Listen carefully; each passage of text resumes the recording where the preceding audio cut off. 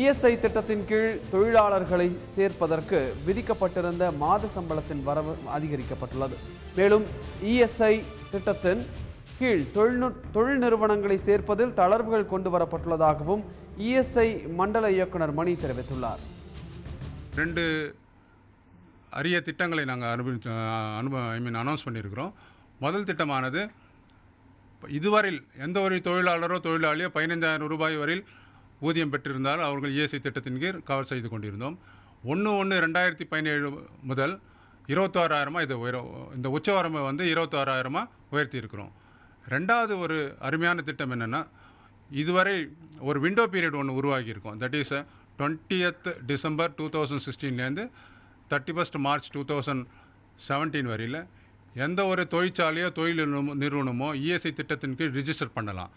அவங்க இதுக்கு முன்னாடி ஒரு 2 வருஷம் 3 வருஷம் கூட அந்த கம்பெனியோ அந்த தொழிற்சாலையோ நடத்தின்னு இருக்கலாம். ஆனால் இந்த பீரியடுக்குள்ளே ரிஜிஸ்டர் பண்ணாங்கன்னா 2 வருஷத்துக்கு முன்னாடி நீங்கள் ஏன் ரிஜிஸ்டர் பண்ணேன்னு நாங்கள் கொஸ்டின் பண்ண மாட்டோம். என்றைக்கு ரிஜிஸ்டர் பண்ணுறாங்களோ அன்னி டேட்லேருந்தே அந்த யூனிட் அந்த தொழிற்சாலையோ அந்த தொழில் நிறுவனமோ இஎஸ்ஐ திட்டத்தின் கீழ் கவர் ஆகிற மாதிரி நாங்கள்